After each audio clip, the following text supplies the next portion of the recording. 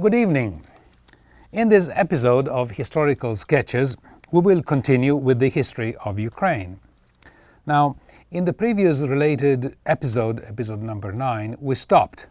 We stopped when a section of the Orthodox Church in the territory which today we call Ukraine decided to reunite with the Church of Rome. And this resulted in the so-called Union of Brest of 1595. And the term union was applied with some liberty, and in fact it was given the name of uniate, to mean a union of sorts. Still, it was signed with great ceremony in Rome by Pope Clement VIII. And this new uniate church was called Ruthenian, Ruthenian being one of the several Slavonic languages spoken in the areas comprising the territories of today's Poland, Poland, Lithuania, and Ukraine. What relevance does the Union of Brest have with the contemporary history of Ukraine, you may ask? None directly, but the history of any nation can never be severed from the history of events occurring in its own past and in the past of the neighboring nations.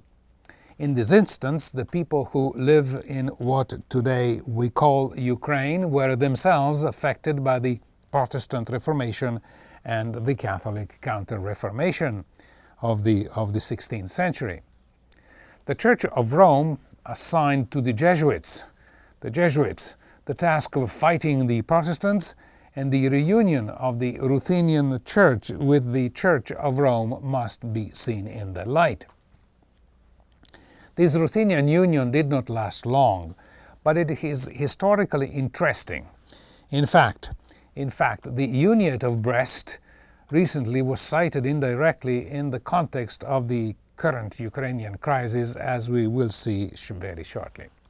For one, we could say that there has always been more animosity between the Catholics and the Orthodox than between the Catholics and the Protestants.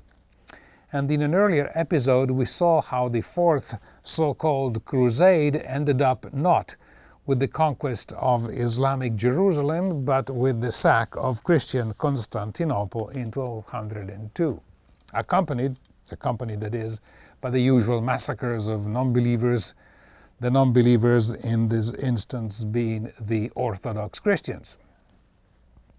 Now, scholars and historians have written volumes about the cultural dichotomy between Western Europe and Russia, reflected in the Catholic and the Orthodox religions. But at the root of this dichotomy, we could say there is a difference between the mode of thought of the Western Roman Empire and the mode of thought of Constantinople, the Eastern Roman Empire, of which Moscow and the Orthodox Church became, as you know, the heirs. One glaring example we have today. Until more than 20 years ago, for the American-driven Western nations, Russia was evil because it was communist.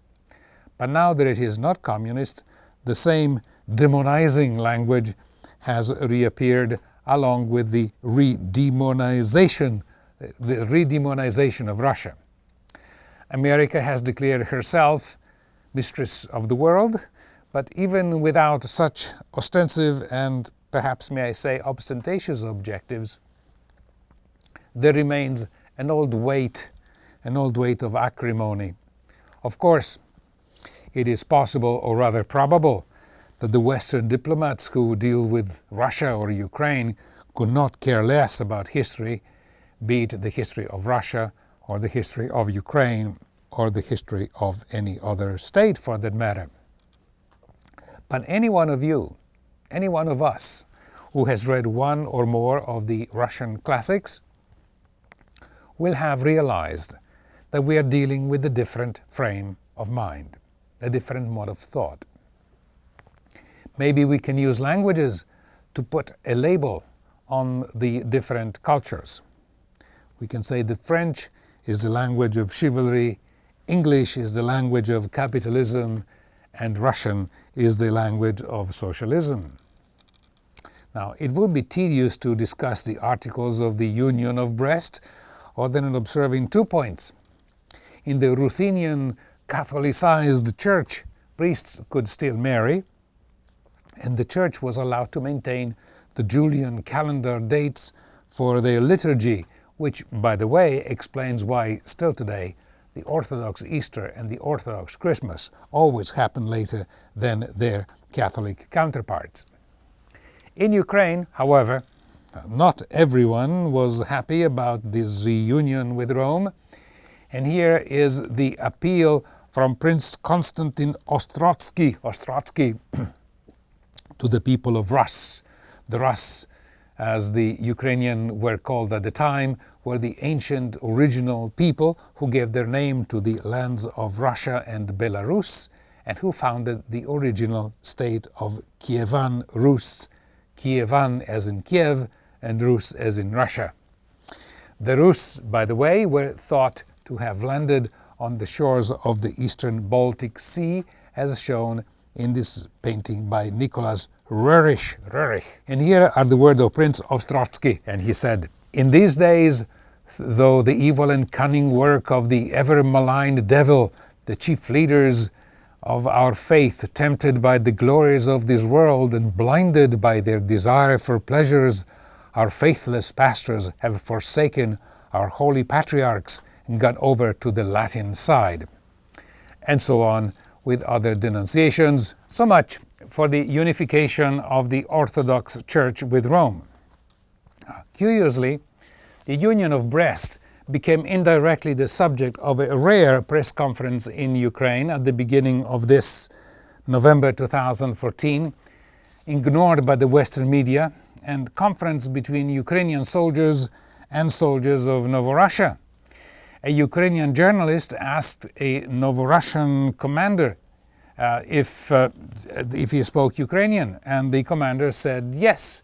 And the doubtful journalist then asked him if he knew a poem by a famous Ukrainian poet called Shevchenko, and who celebrated, Shevchenko celebrated the end of the imposition of Vatican rule over the Cossacks, of whom the Cossacks we will speak shortly.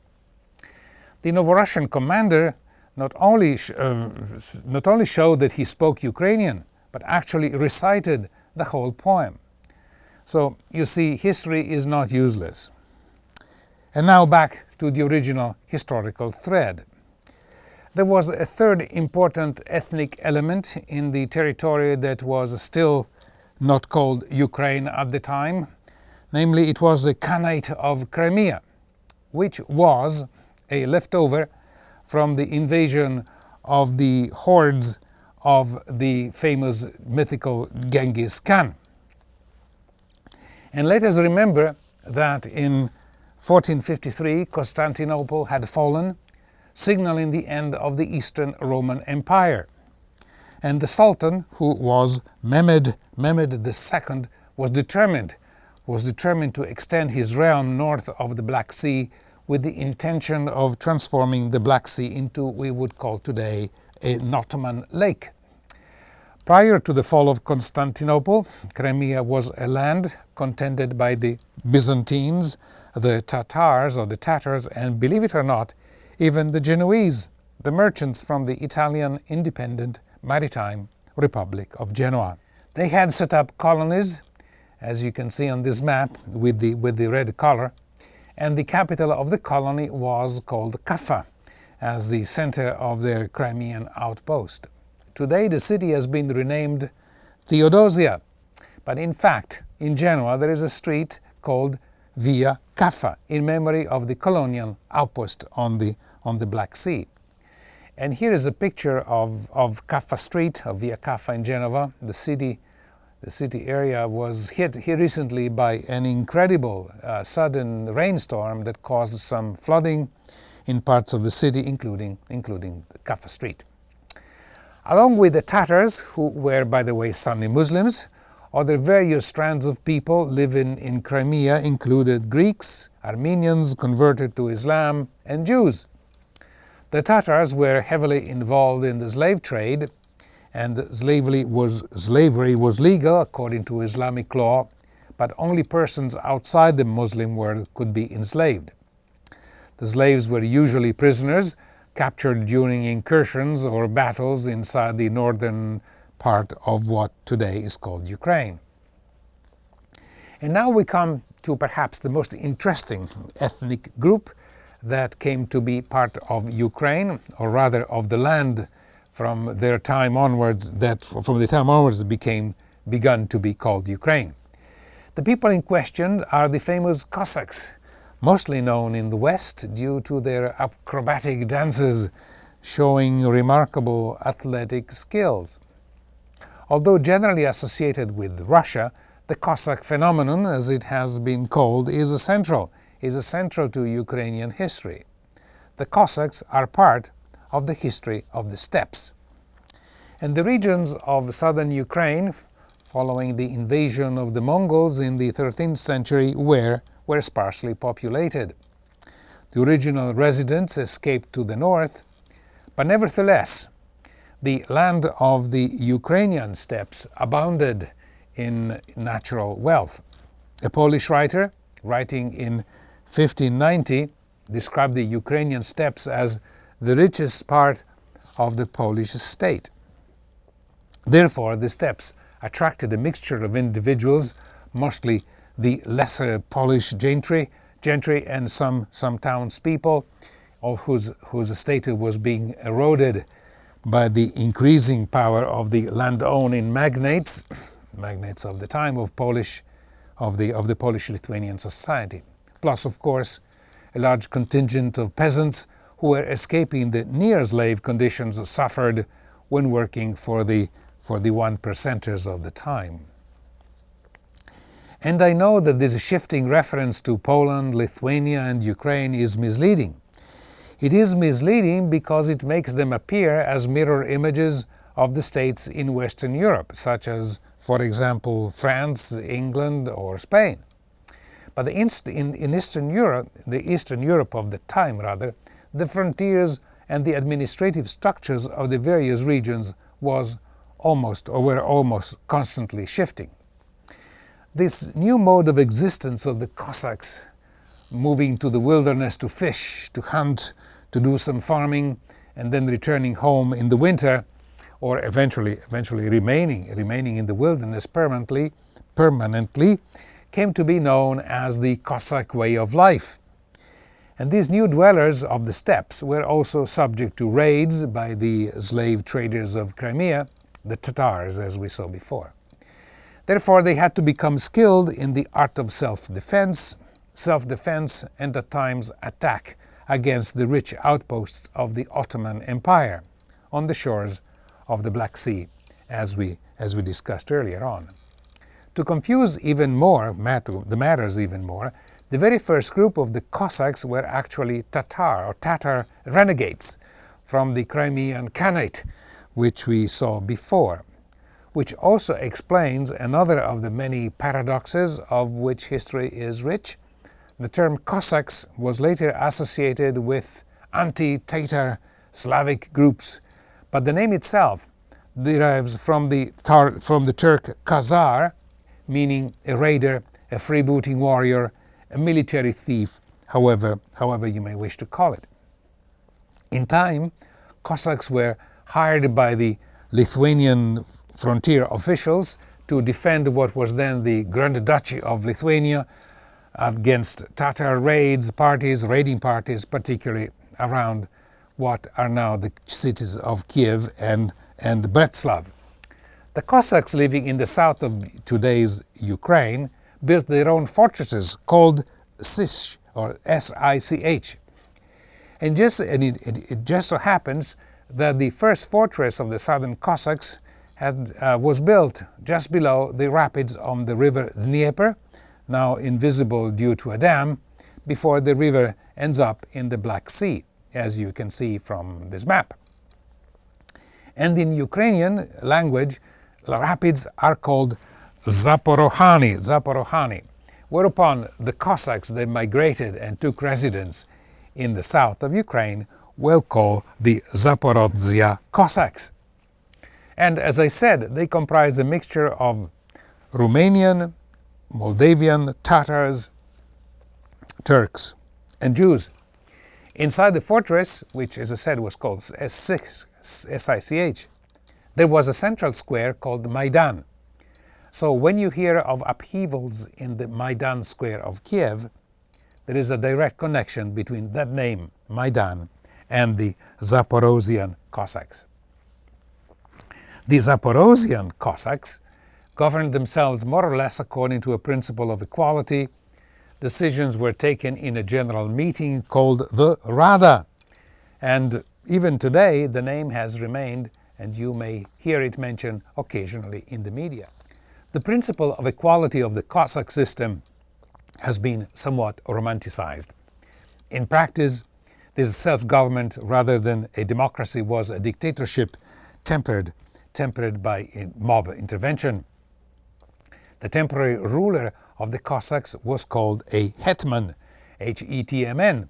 Incidentally, this type of governance, if we wish to call it a governance, this type of governance was similar to what happened with the Eastern Roman Empire of Constantinople, which nevertheless managed to endure for 1,000 years.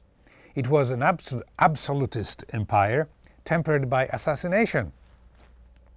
And if I'm not mistaken, and I quote from memory, at least 1/3 of the Byzantine emperors were assassinated while in power, leading of course to a change of government, or rather a change of emperor. Now then, approximately in the middle of the 16th century, Zaporozhia and the Ukrainian steppes came under the authority of Poland, and the Cossacks became nominally subjects of the Polish king of the time. However, the Cossacks had developed altogether a certain sense of independence, and among the Polish magnates there were those who were interested in retaining the military assistance of the Cossacks against the attack of outside forces. But there were also other magnates who viewed the Cossacks with suspicion. And now, jumping many intermediate steps, it came about that the Cossacks were divided into two groups, those registered with the Polish king and those unregistered. And this in turn created a conflict within the Cossacks themselves. The unregistered Cossacks of Zaporozhia became a mercenary army at the service of whoever paid them best. But the division among the Cossacks, registered versus unregistered, was to have long-ranging consequences. The unregistered Cossacks combined self-rule with the defense of the Orthodox Church. And these second-class Cossacks, if we can adopt this denomination, used their influence essentially to abolish the union between the Catholic and the Orthodox churches as sanctioned by the Union of Brest of 1596, which we mentioned at the beginning. In this clash of conflicting religions, allegiances of class divisions among the Cossacks, a figure emerged which is central to Ukrainian history now that Ukraine came to be organized, or recognized at least, by the name that it has today. And this was the leader, the hetman called Bohdan Khmelnytsky, of whom we see the portrait here. And he also has an impressive monument in a fine square in Kiev. Now, as usual in history, there are different opinions, including opinions about the Cossack hetman, about this Cossack leader. For some, he was the leader of a destructive uprising that undermined and eventually destroyed the Polish state. For other historians, he is viewed as a leader who successfully led the Orthodox Little Russians, as they were called, into the fold of a united Russian state. For still others, in particular nationalist Ukrainian historians, he was the leader who successfully restored the idea of national independence that had lain dormant since the time of the Kievan Rus state, more or less dormant for 500 years. And if this was not enough, For a divergence of opinion, Jewish historians view Khmelnytsky as the instigator of the first genocide of the Jews in modern history. And finally, the Soviet Marxist historians, both Russian and Ukrainian, stressed the popular, revolutionary aspect of the Khmelnytsky years. He became part of the acceptable pre-Soviet national heroes because he was so instrumental in setting out the course that led to the reunification of the brotherly Ukrainian and the Russian peoples. And all this shows how difficult it is, if not impossible, to write an objective history of just about everything. In this episode, we will not have enough time to bring the history of Ukraine to the present day, so therefore I may dwell a bit more on the history of Khmelnytsky, this Cossack hero or villain, as I said, depending on which historian you talk to. He was a registered Cossack, as opposed to a second-class Zaporozhian Cossack of the south. He was initially educated in a Jesuit school, and during a battle with the Turks he was even captured and sent to Constantinople. But unlike the fanatic members of the modern ISIS army, the Turks did not kill the prisoners and released them upon payment of ransom, which is exactly what happened with Khmelnytsky. And while in captivity in Constantinople, he learned the Turkish language and became aware of the difficulty of the Orthodox Church under Ottoman rule, which incidentally prompts me to open another parenthesis. It is assumed that when the Muslim Turks conquered Constantinople as we know, in 1453, they abolished the local religion. This is not so. It was the custom of Islam to allow freedom of worship, provided that the non-Muslims paid a nominal tax for being able to practice their own religion, which some may say it was unfair, but certainly more fair than annihilating the conquered peoples, which is what happened in the New World at the hand of the Spaniards in the south first and of the English later. But let's go back to Ukraine, where legend tells us that the origin of the rebellion of the Cossacks against Polish rule had to do with a woman called Helena, who married a rival of Khmelnytsky. In the end, however, it was not a personal quarrel over the Helena of the steppes, but the social, religious and national tensions in the 17th century Ukraine that set the stage for a series of events which would profoundly influence both Ukrainian and Polish society. As I said, Khmelnytsky was a Cossack of the first class, the registered class, but after the torts they received at the hand of the Polish apparatchik, as we would call it today, he became the leader of the Zaporozhian, the unregistered Cossacks. He allied himself first with the Tatars of Crimea and defeated the Poles in a series of battles, which in turn led the peasants to revolt against their masters and their estate managers, who were in great part Jewish. The Orthodox clergy called for vengeance against the Roman Catholic and the Union priest, and the townspeople plotted against the wealthy urban elites, so that in 1648 the Polish army was defeated in the Battle of Korsun. The Ukrainian peasant population rose in revolt, the Tatar bandits were ravaging the countryside at will, and the Polish king, among other things, was dead. Still, Khmelnytsky entered Kiev on Christmas Day of 1649, greeted by the metropolitan leader of the Orthodox Church. And for a reference to Western history, 1649 was also the year when King Charles I of England was executed in the English Civil War. Now let's stop here with the triumphs of the Hetman Khmelnytsky. We will continue with the history of Ukraine in our next episode. I thank the crew, and in particular, as always, Kat Iverson, our skilled technical director. Thank you for watching our historical sketch, and see you next time. Good night.